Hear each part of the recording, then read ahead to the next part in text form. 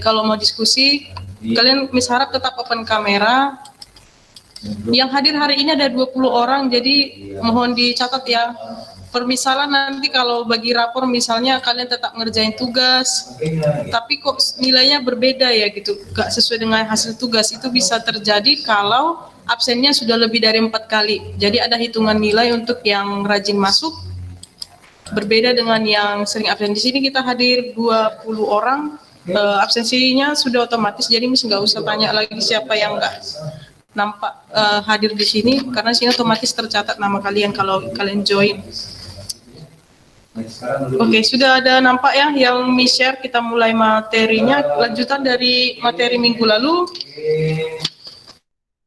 Kalian bisa buka buku cetaknya halaman ya.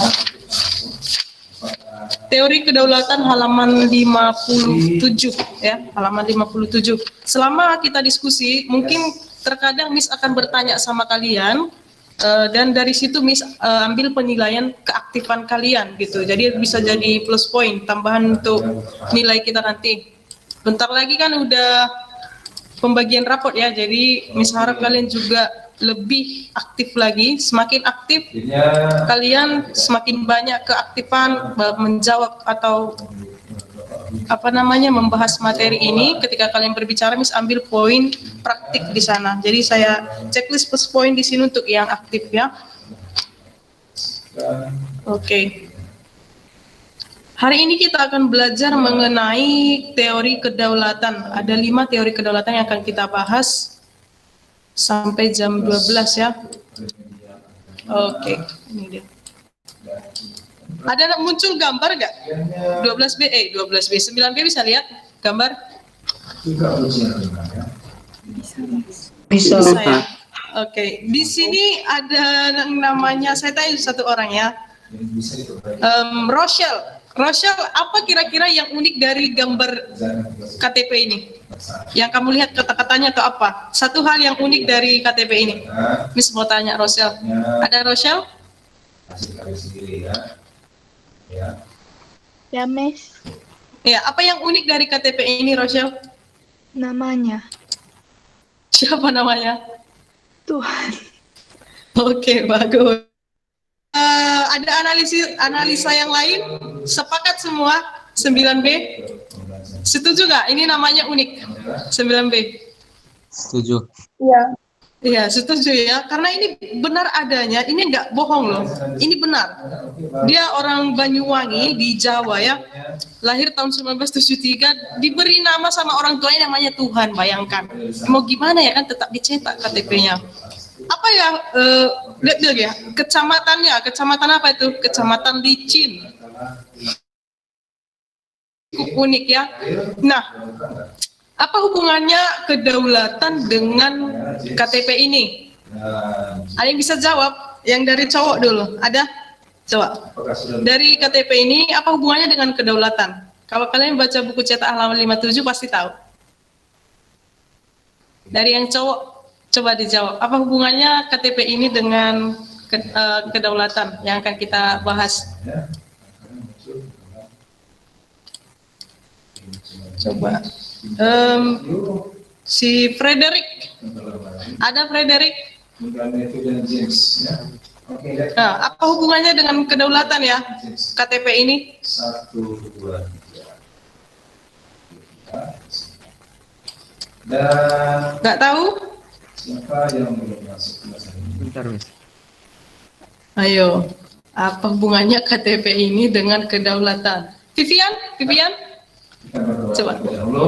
Apa hubungannya KTP ini dengan kedaulatan? Bentar, Miss. Oke. Kalian bisa cek halaman 57. Apa hubungannya KTP dengan kedaulatan ya?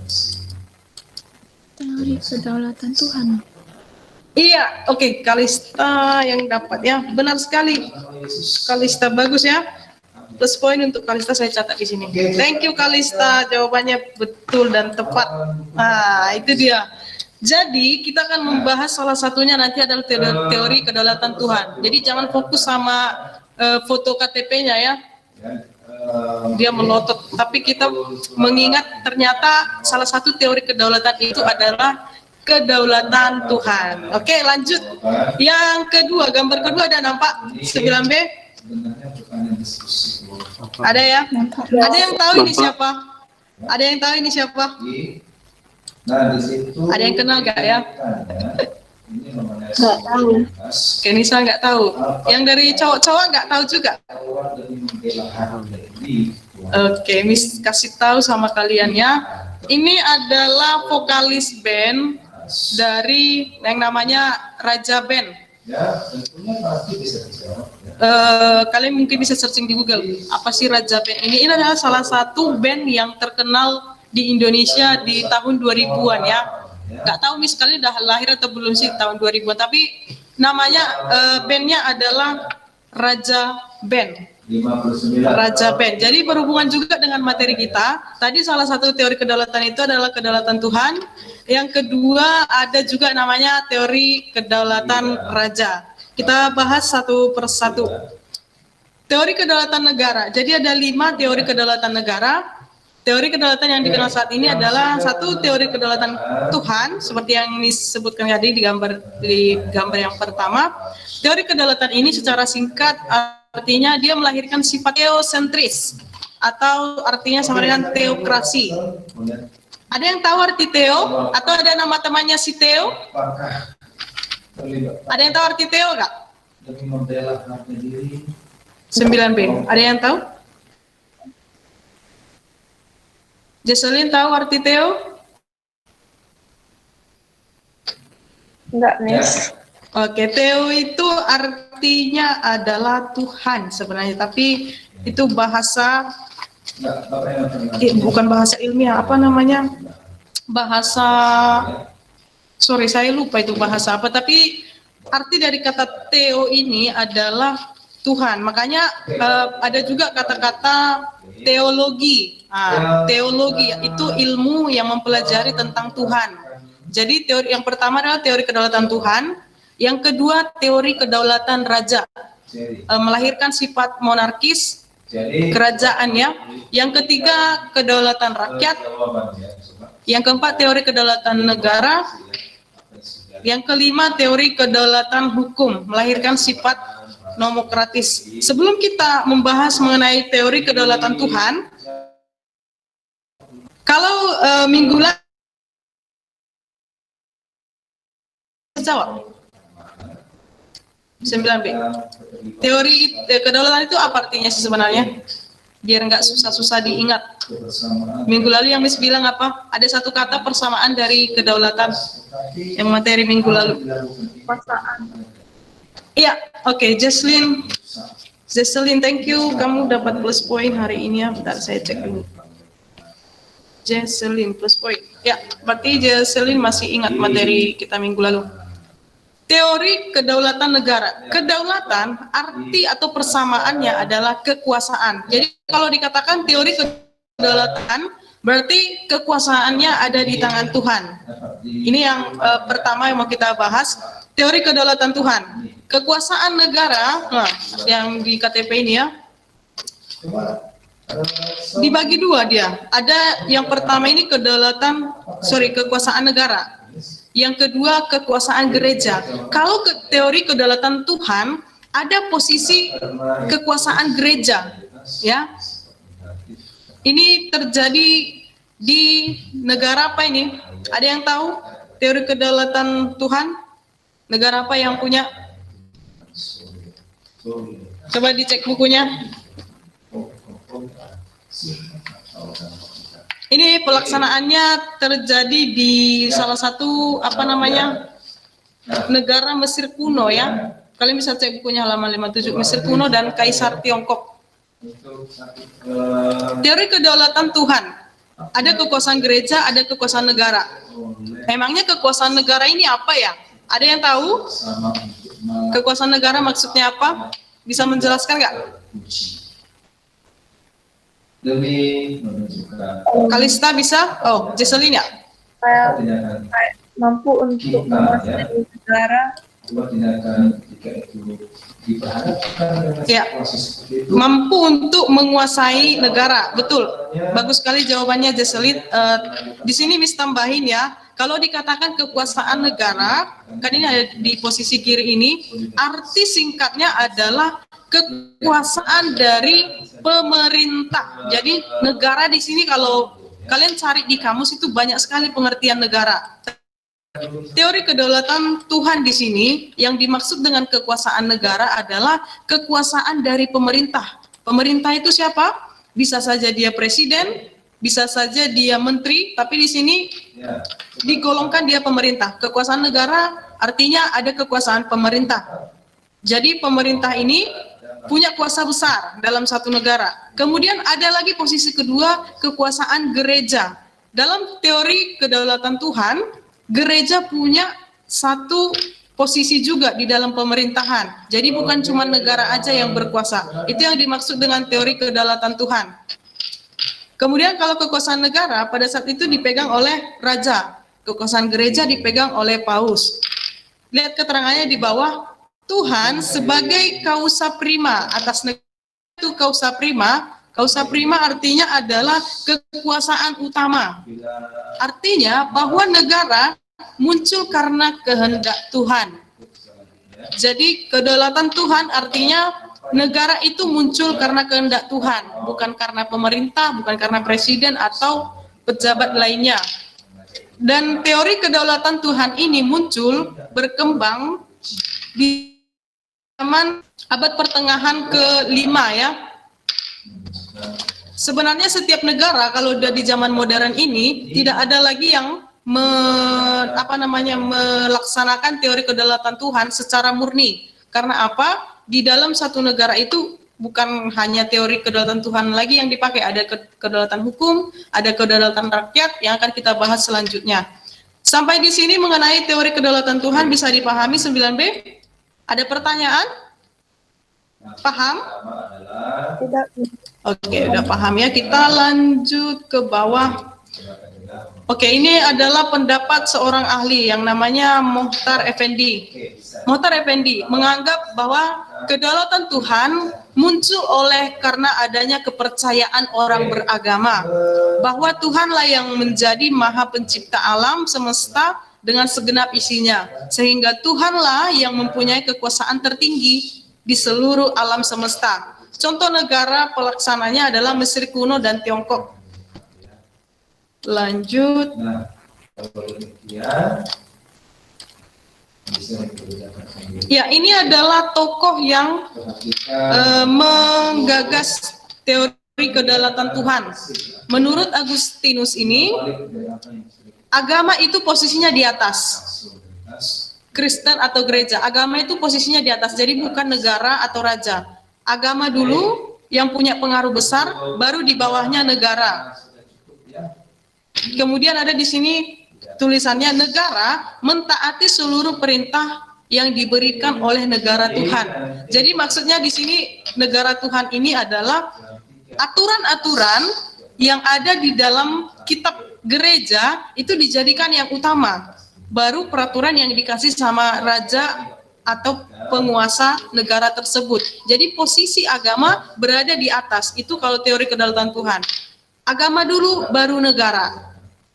Itu dia maksudnya. Lanjut teori kedaulatan kedua. Nah, ini tadi salah satu vokalis yang mengingatkan kita tentang teori kedaulatan adalah Raja Ben ya. Wajahnya nggak berhubungan dengan materi ini, tapi nama bandnya Raja Ben. Teori kedaulatan raja. Kalau di teori kedaulatan raja, posisi kekuasaan negara yang pertama itu dipegang sama raja, bukan dipegang sama Tuhan. Makanya berbeda teori kedaulatan Tuhan dengan raja. Perbedaannya tadi kalau teori kedaulatan Tuhan, posisi di atas itu adalah agama. Kalau di teori kedaulatan raja, posisinya adalah raja. Raja dianggap sebagai wakil Tuhan. Nah, di situ perbedaannya.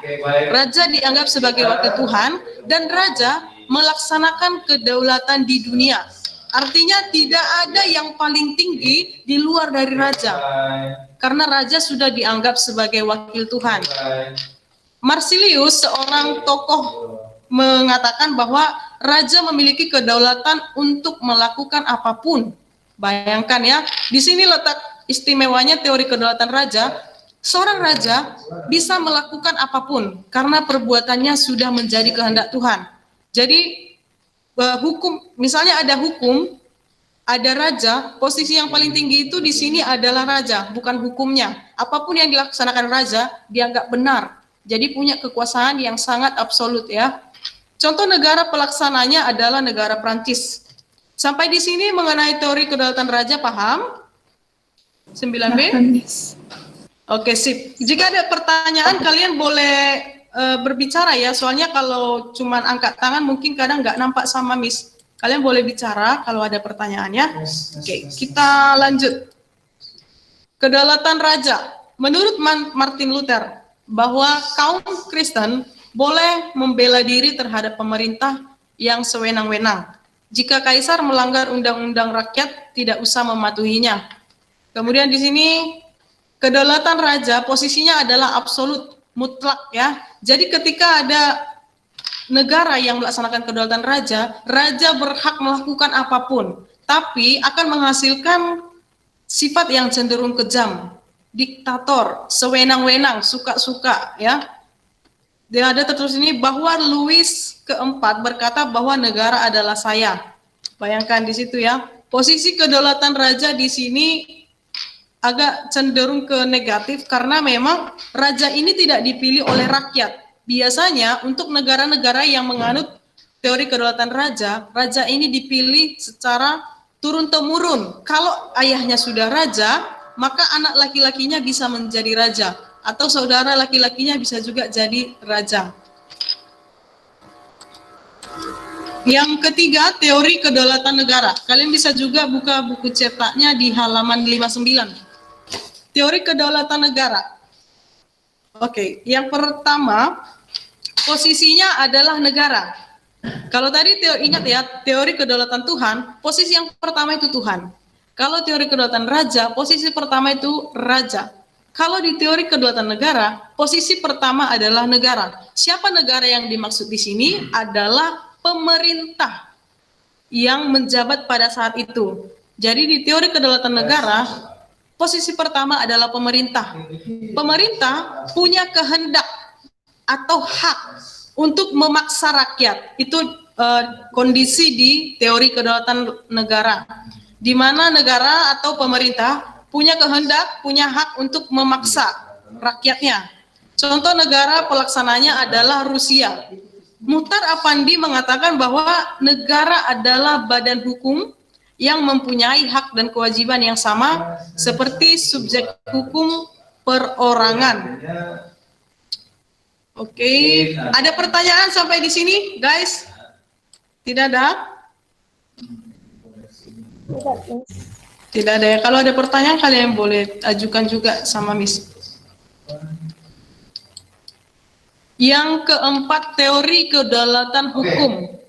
Ada di halaman 59 juga, kalian bisa cek. Nah, di teori kedaulatan hukum ini, posisi yang paling atas dipegang oleh hukum.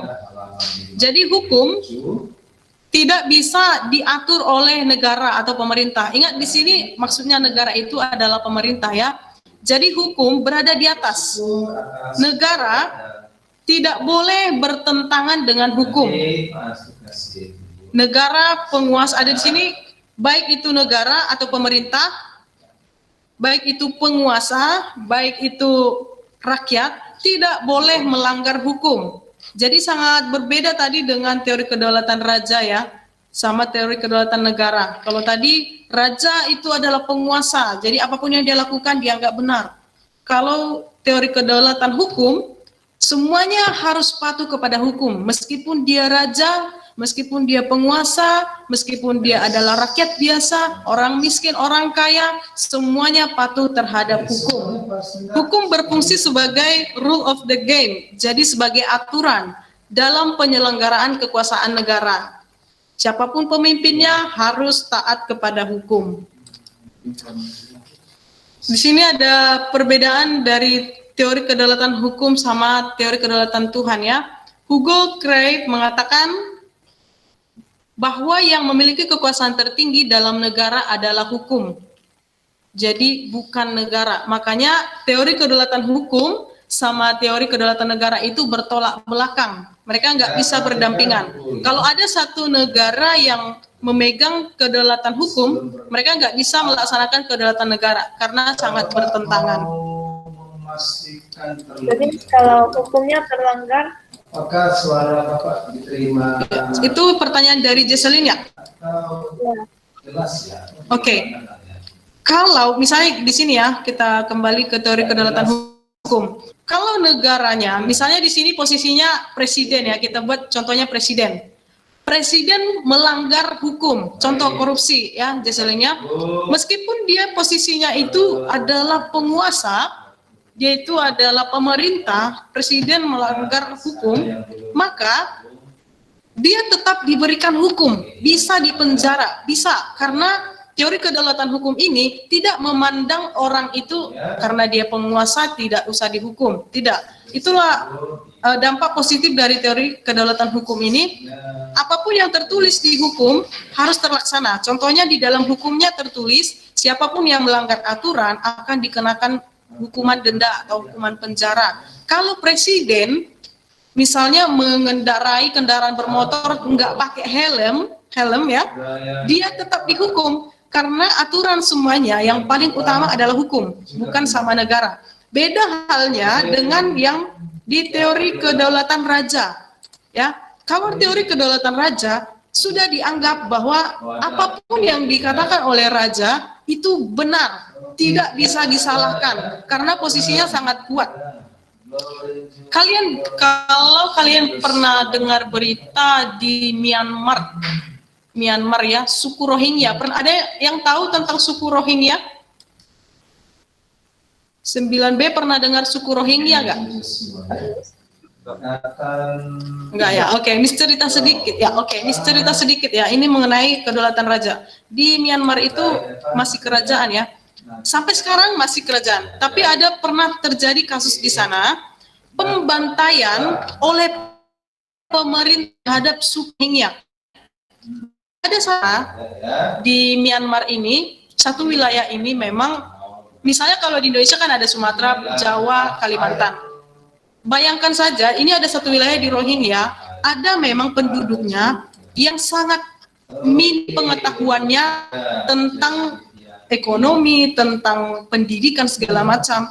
Jadi wilayah ini sudah terkenal dengan kondisi rakyatnya yang miskin, yang tidak mandiri dan menjadi beban negara karena mereka nggak punya kemampuan mandiri secara ekonomi. Pendidikan juga rendah, kriminal banyak di sana.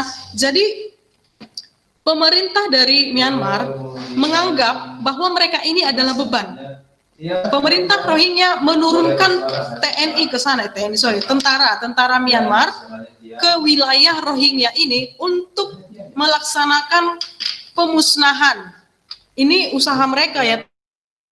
Tapi melihat ada berita yang muncul juga, muncul dukungan-dukungan internasional untuk etnis Rohingya ini karena mereka dibantai, diusir dari wilayahnya karena dianggap jadi beban. Indonesia adalah salah satu negara yang menolong etnis Rohingya. Sebagian besar dari mereka sudah banyak yang dibunuh sama tentara-tentara dan itu disuruh sama pemerintahnya.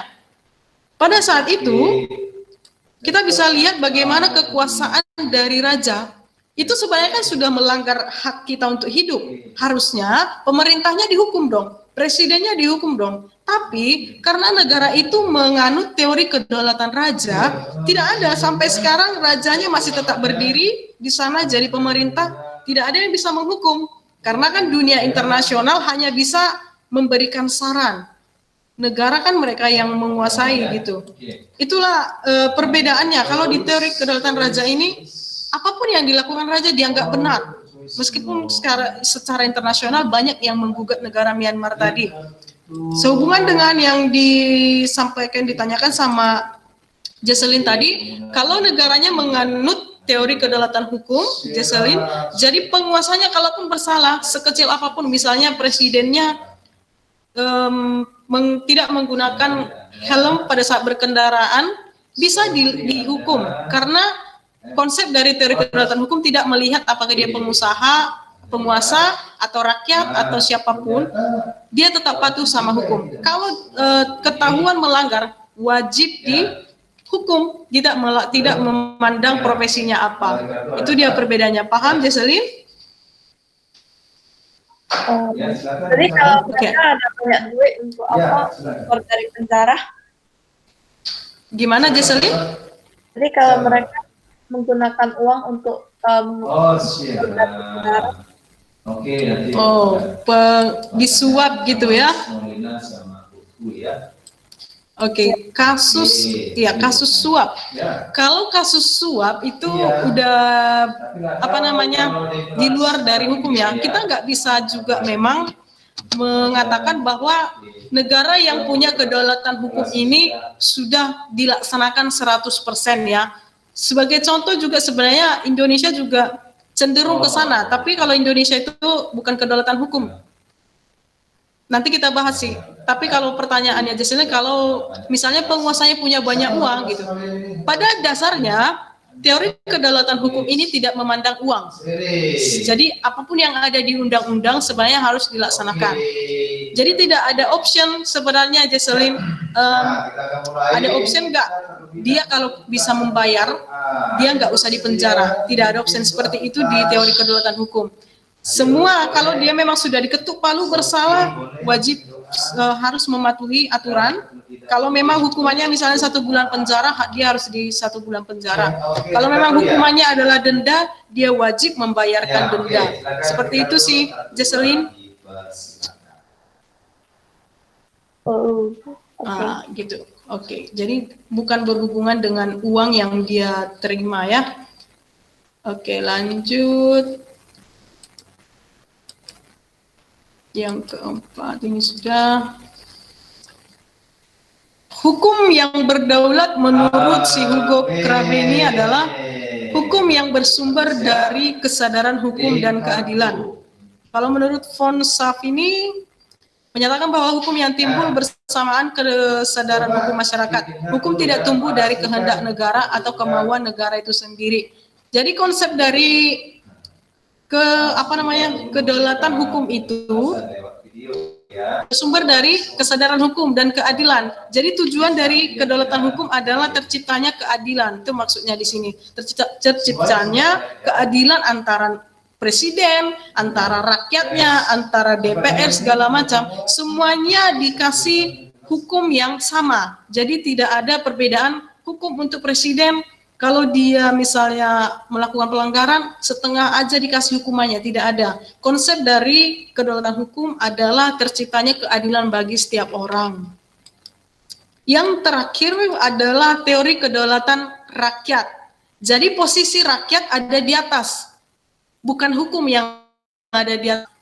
Di sini teori kedaulatan rakyat, posisi rakyat di atas, baru negara. Negara di sini artinya siapa? Pemerintah. Kemudian yang di bawah, raja baru boleh bertindak. Jadi poin intinya, teori kedaulatan rakyat ini menyatakan bahwa negara dibentuk melalui perjanjian masyarakat. Salah satu pelaksananya adalah negara Indonesia.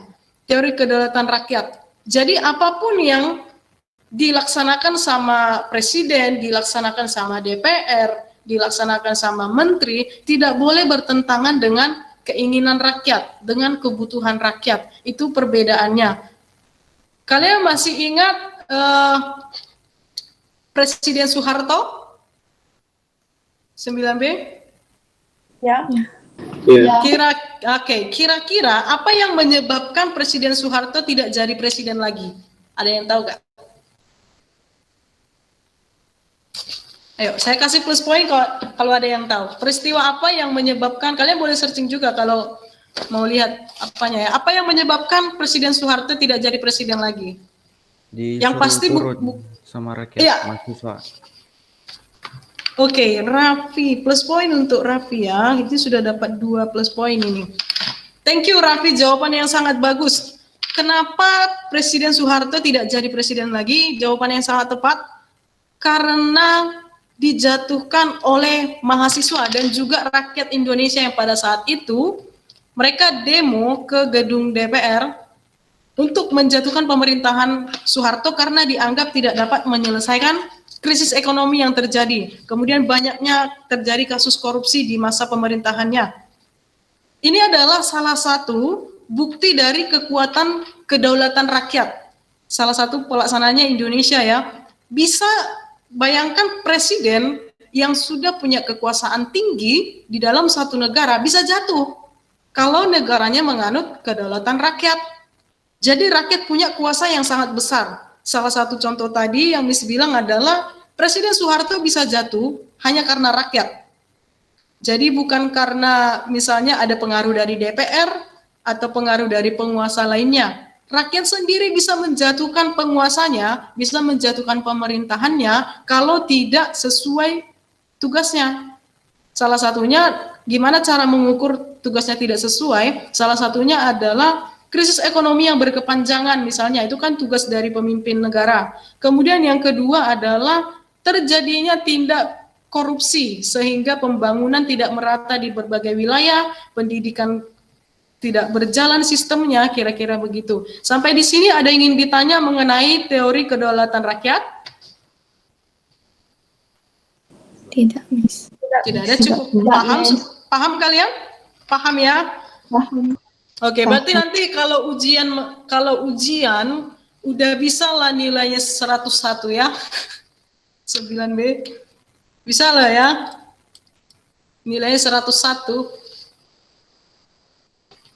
Kayaknya bisa lah. Oke, untuk teori kedaulatan rakyat, kenapa di sini tulisannya kalau teori kedaulatan rakyat itu menyatakan bahwa negara dibentuk melalui perjanjian masyarakat. Sebenarnya perjanjian masyarakat di sini maksudnya nggak harus perjanjian yang tertulis, dibuat tanda tangan, tapi bisa juga nampak pada saat pelaksanaan pemerintahannya. Contoh ya, di Indonesia seperti yang materi kita minggu lalu, walaupun dia adalah presiden, walaupun dia adalah DPR, dia adalah gubernur, dia adalah wali kota, atau apapun jabatan tinggi yang ada di pemerintah, mereka itu siapa yang memilih?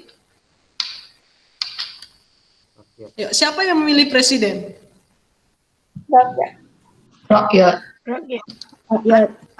Itu dia. Jadi minggu lalu Miss kan ada tanya, kekuasaan di Indonesia siapa yang paling tinggi pemegang kekuasaannya? Rakyat.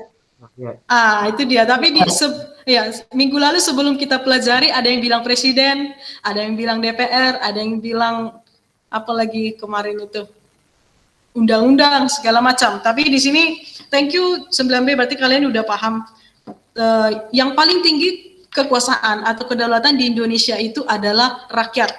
Jadi sangat jelas di sini kalau di teori kedaulatan rakyat negara dibentuk melalui perjanjian masyarakat. Perjanjian di zaman modern sekarang ini bukan lagi tentang yang harus tertulis, ada tanda tangannya, tidak. Di sini dimaksudnya perjanjian itu adalah ketika presiden, contoh presiden, pemilihan presiden. Ketika seorang presiden terpilih, dipilih oleh rakyat, artinya di situ sudah ada perjanjian. Kalau dia menang, pasti kalian juga pernah dengar yang namanya kampanye. Kampanye presiden, kampanye DPR. Kampanye ini fungsinya adalah presiden akan menjelaskan sebelum pemilihan, presiden menjelaskan apa visi misinya kalau dia jadi presiden. Makanya sering, kalau saya menjadi presiden, ekonomi Indonesia akan lebih maju, pendidikan Indonesia akan lebih modern. Nah, di situ ketika dia menyampaikan visi misinya, dia sudah berjanji, sudah dikasih janji sama rakyat. Makanya dari visi misi, rakyat akan melihat apakah benar-benar seorang presiden itu, calon presiden itu serius pengen jadi presiden atau membangun negara. Kira-kira begitu kalau di teori kedaulatan rakyat. Nah, setelah dia misalnya sudah terpilih, presiden ini terpilih, itu sudah menjadi termasuk janji atau perjanjian. Ketika dia misalnya seorang presiden ini sudah memimpin negara, salah satunya kan Indonesia, contoh Presiden Republik Indonesia sudah terpilih, misalnya dia melakukan pelanggaran korupsi dan ketahuan, ini berhubungan dengan pertanyaan Jesslyn juga tadi di teori hukum, kalau presiden melakukan pelanggaran, padahal kan di Indonesia itu pemilihan presiden itu 1 kali 5 tahun. Misalnya dia masih menjabat 1 tahun. Kalau dia melakukan pelanggaran, rakyat bisa menjatuhkan. Presidennya nggak bisa bilang, loh kalian kan udah pilih saya untuk 5 tahun, nggak boleh dicabut dong begitu. Tidak bisa, karena kita teori kedaulatan rakyat. Kedaulatan atau kekuasaan berada di tangan rakyat. Bisa jatuh presidennya guys. Bayangkan, 1 tahun masih pemerintah, karena ketahuan korupsi, dia bisa dipecat, dia bisa dijatuhkan, bahkan dihukum. Itulah positifnya teori kedaulatan rakyat. Rakyat punya hak untuk memilih pemimpinnya dan berhak untuk menjatuhkan pemimpin yang tidak bekerja sesuai dengan tanggung jawab visi misinya tadi. Kira-kira di situ positifnya teori kedaulatan rakyat. Sampai di sini ada yang ingin ditanya? Tidak, Miss. Yakin? Tidak, Miss. Yakin? Sudah paham? Paham. Paham ya? Oke, udah bisa dilihat perbedaannya ya, teori kedaulatan Tuhan, hukum, rakyat. Bisa dilihat kan perbedaannya? Ya. Ada apel, ada pisang. Oke, nah ini dia yang kita bahas minggu lalu. Di Indonesia itu memang melaksanakan bukan kedaulatan hukum, bukan kedaulatan Tuhan, bukan kedaulatan raja, tetapi kedaulatan rakyat. Itu perlu kalian garis bawahi. Kalau ditanya Indonesia itu kedaulatannya berdasarkan apa sih? Jawabannya adalah kedaulatan rakyat. Dan tertulis di pasal 2 ayat 1 UUD 1945 sebagai dasar dari negara kita. Kedaulatan berada di tangan rakyat dan dilaksanakan menurut undang-undang. Jadi rakyat dulu baru ada undang-undangnya. Kalau tadi di kedaulatan hukum, hukum dulu baru penguasa dan rakyat patuh terhadap hukum. Kalau kita, rakyat adalah yang utama. Rakyat berada di posisi di atas. Siapapun pemerintahannya, kalau sudah tidak mengerjakan sesuai dengan pekerjaannya, kalau sudah melanggar aturan, bisa dijatuhkan oleh rakyat. Salah satu contohnya tadi adalah Presiden Soeharto. Itulah materi kita mengenai teori kedaulatan. Jadi ada 5 teori kedaulatan yang dilaksanakan di berbagai negara. Jadi setiap negara punya kedaulatannya masing-masing sesuai dengan kondisi negaranya itu. Kalau di Indonesia, teori kedaulatannya adalah kedaulatan rakyat. Itu aja materi dari ini. Sampai di sini ada pertanyaan? Dari 5 teori tadi, sudah cukup paham? Iya. Oke. Oke, terima kasih. Ya, Jesselyn? Jadi kedaulatan lebih tinggi.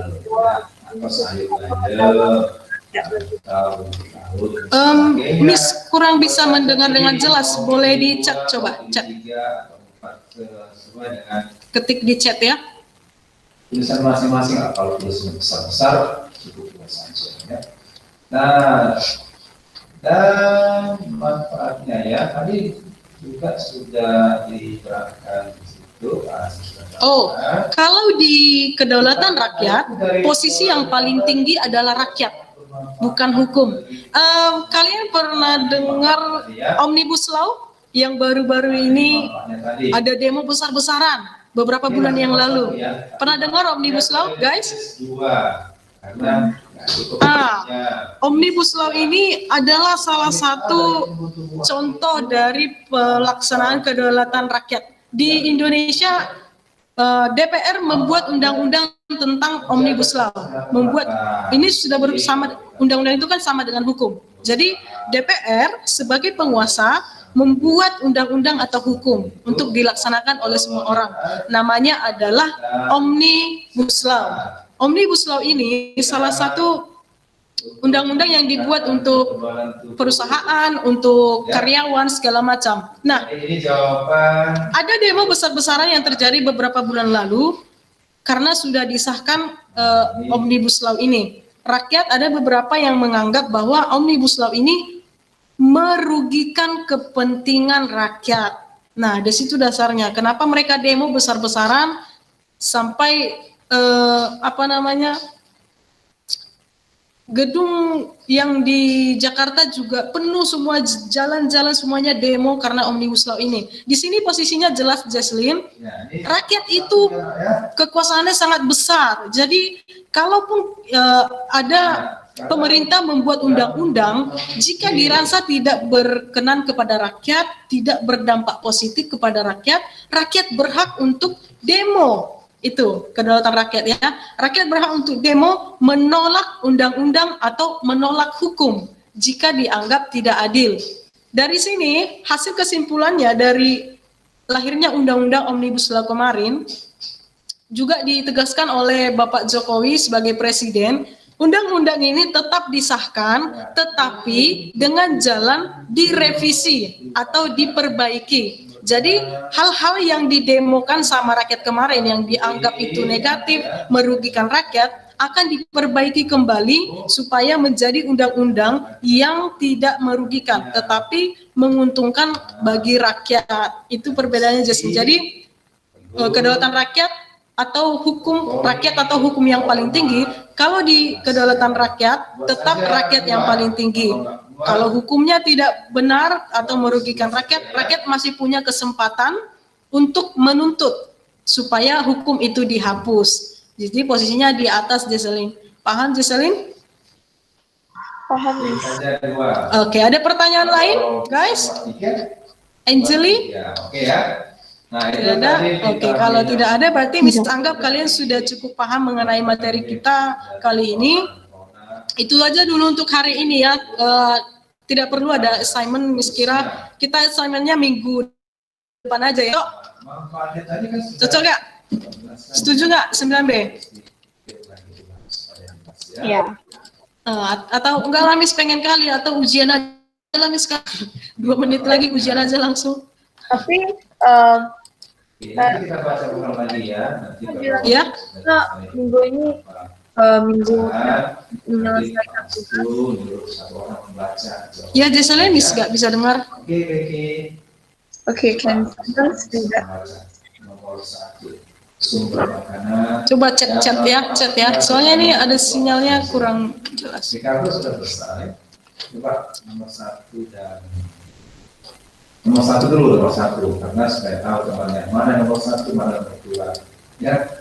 Nomor 1 itu yang mengandung vitamin A, nomor 2 yang mengandung vitamin B. Oke ya. Jadi manfaatnya vitamin B itu mendukung kesehatan syaraf. Iya, benar sekali, Jesselyn. Makanya sebenarnya Miss bilang di sini, wali kelas bilang minggu ini terakhir mengumpulkan tugas. Oh, itu untuk tugas-tugas yang minggu-minggu lalu maksudnya. Jadi ya, coba. Ada beberapa orang sih di sini yang masih belum lengkap assignment-nya. Kalian boleh cek sendiri di GC ya.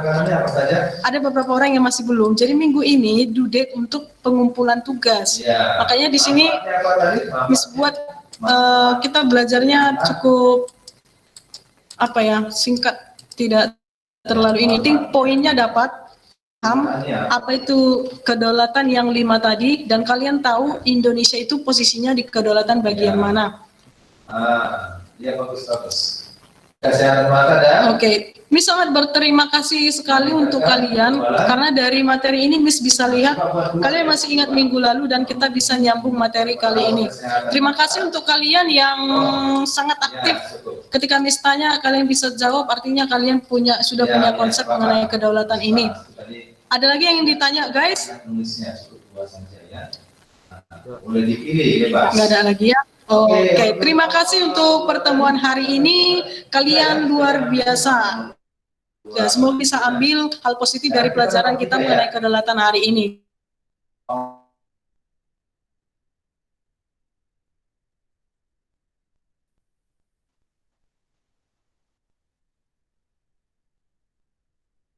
Ya.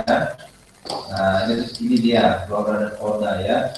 Sumber makanan dari flora dan fauna yang mengandung vitamin C. Boleh 2 saja. Kalau Oke, bisa dengar suara Miss kan? Boleh buat 3. Tadi Miss bilang kalian Oh ya, boleh. sorry, kok kalian, Miss bilang, Miss sangat mengucapkan terima kasih karena kalian bisa menerima materi ini, dan Miss harap kalian bisa ambil positifnya, hal apa yang bisa kalian ambil dari sini, minimal kalian tahu Indonesia itu posisinya di kedaulatan mana, kemudian apa itu pengertian teori kedaulatan yang 5 tadi. Terima kasih guys untuk pertemuan hari ini, itu aja dulu, tidak ada assignment untuk kalian, cukup kalian cek-cek aja yang mana yang masih belum selesai assignment sebelumnya. Thank you guys untuk hari ini, kalian luar biasa. Selamat siang semuanya. Bye. Bye. Ini flora ya, belum ada binatang di sini ya. Fauna itu binatang. Oke, ini flora ya, yang berikan kepada kita. Temukan makanan yang mengandung vitamin C. Nah, sekarang manfaatnya. Tadi sudah ada penjelasan, boleh ditulis ini juga ya, boleh ya. Pilih saja 2. Manfaatnya apa saja itu? Nah, menurunkan risiko berbagai penyakit supaya kita jangan mudah kena penyakit. Makanya konsumsi vitamin C ya, boleh dari buah-buahannya. Kemudian menjaga kesehatan kulit dan rambut. Ini 2 saja. Kalau berisi semua 3